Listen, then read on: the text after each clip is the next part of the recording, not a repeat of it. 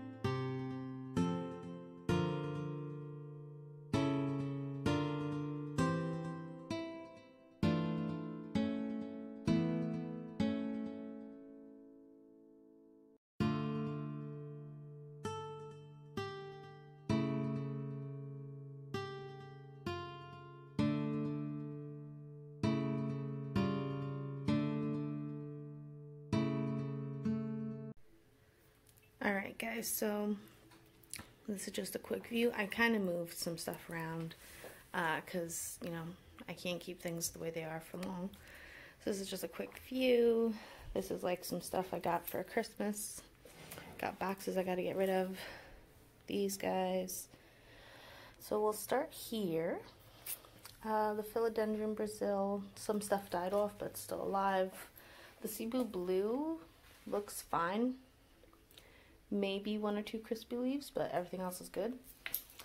The Scindapsus has a couple of yellow leaves, but will be fine. The Ficus Taniki, Ruby, and Burgundy are good. The plants inside the terrarium are fine. These guys are thirsty, but okay. These guys, so anything that was established Hoya-wise is fine, but like the little cuttings that I had just rooted and put in are not. They all kick the bucket.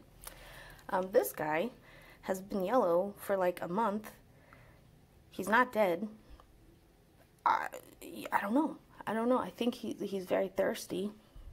I think he's making a comeback, so that's exciting.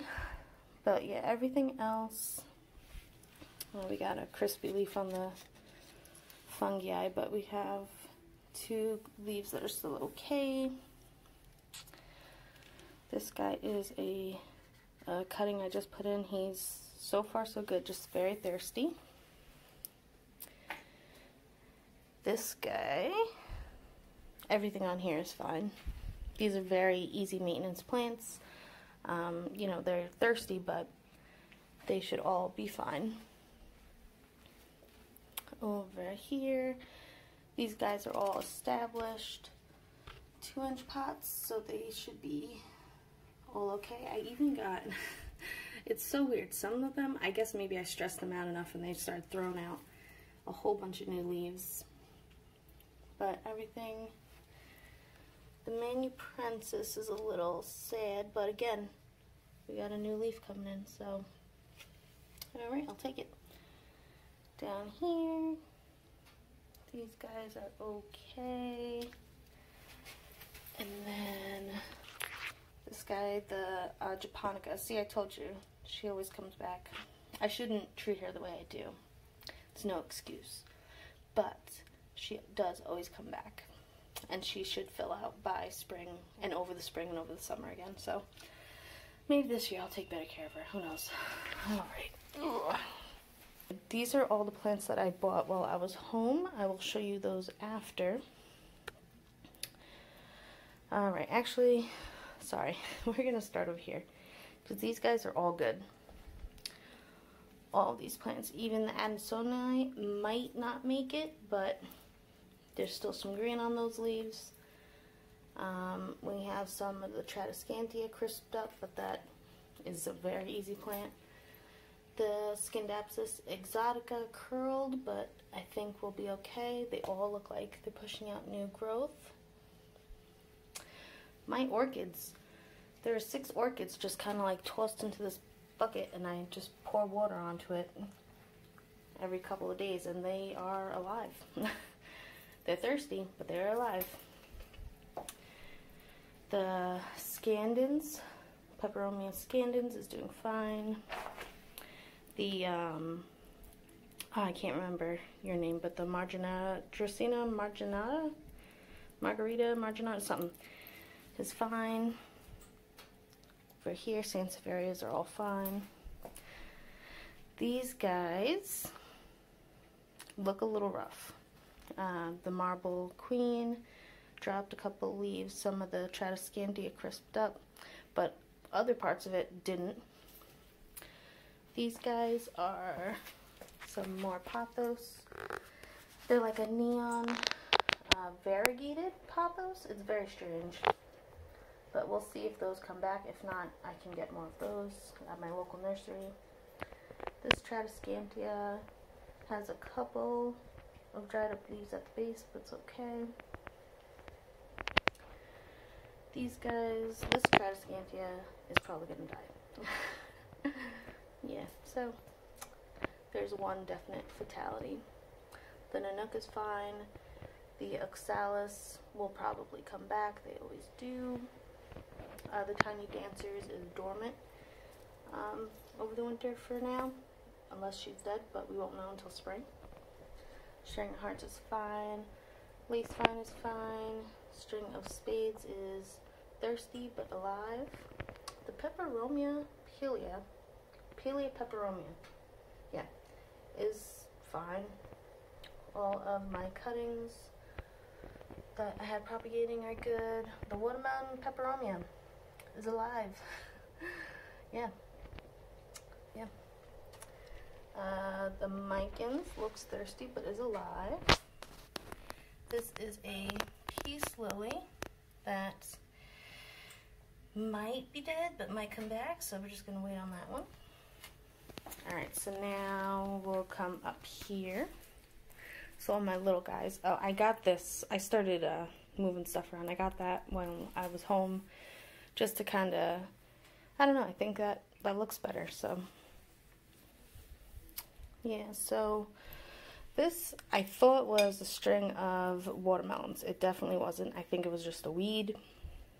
Either way I tried to grow it, that is probably dead. I think this is a type of Chrysula, and we got one still alive. We'll see if that makes it. The Ficus triangularis might be dead. We will see.